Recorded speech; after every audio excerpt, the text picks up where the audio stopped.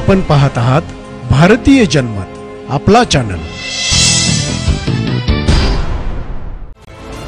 कर्नाटक सरकारने स्थानिकांना उद्योग, कारखाने आणि इतर व्यवस्थापनांमध्ये कर्नाटक राज्यातील स्थानिकांना रोजगार देणारं विधेयक आणलं आहे। उद्या विधेयक विधानसभेत मांडण्यात येणार आहे। कर्नाटकमधील स्थानिकांना खासगी क्षेत्रात क आणि ड श्रेणीतील पदांवर 100% आरक्षण लागू करण्याच्या विधेयकाला मंजुरी दिली आहे। सोमवारी झालेल्या मंत्रिमंडळाच्या बैठकीत हा निर्णय घेण्यात आला आहे, अशी माहिती मुख्यमंत्री सिद्धरामय्या यांनी दिली। आमचं सरकार कन्नड समर्थक सरकार आहे, त्यामुळे कन्नड लोकांच्या हिताचा विचार करणे याला प्रथम प्राधान्य देणार आहे। त्यामुळे कन्नड नागरिकांना स्वतःच्याच भूमीवर नोकऱ्यांपासून वंचित राहावं लागू नये आणि त्यांच्या मातृभूमीवर चांगले जीवन जगण्याची संधी मिळावी, यासाठी हा निर्णय घेण्यात आल्याचं त्यांनी सांगितलं। दरम्यान महाराष्ट्रात, विशेषतः मुंबईत स्थानिक नोकऱ्यांचा विषय अनेक वर्षापासून मांडला जातो, त्यामुळे राज्यात याची अंमलबजावणी कधी होणार असा प्रश्न उपस्थित होत आहे।